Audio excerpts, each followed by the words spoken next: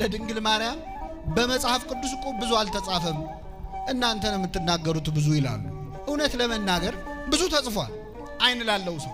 ግን እንበልና መመናን መጽሐፍ ቅዱስ ላይ ስለ ድንግል ማርያም የተጻፈው አንድ አረፍተ ነገር ብቻ ቢሆን ያም አረፍተ ነገር ክርስቶስን የወለደችው ማርያም የምትባል አንዲት ድንግል ናት ብቻ የሚል ቢሆን ኖሮ እሷን ለማክበር ይበቃናል አይበቃንም?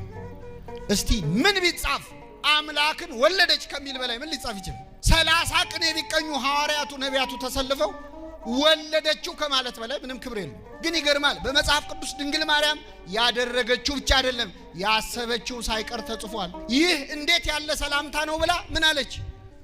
አሰበች። ማርያምም ይህን ነገር ሁሉ በልቧ እያሰበች ተጠብቀው ነበር።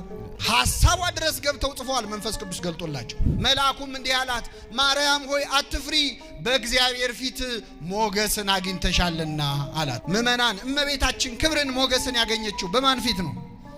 አንዳንድ ሰዎች እናንተ ኦርቶዶክሳውያን የድንግል ማርያምን ክብሯን አብዝታችሁታል ይላሉ። ክብሯን ያበዛው ማን ነው? ፀሐይ ብንሞቃትም ባንሞቃትም ሙቀቷ አይቀንስም። ድንግል ማርያምንም ብናከብራትም ባናከብራትም ማናክብሯታል? ስሟ የተመሰገነ ይሁን እመቤታችን።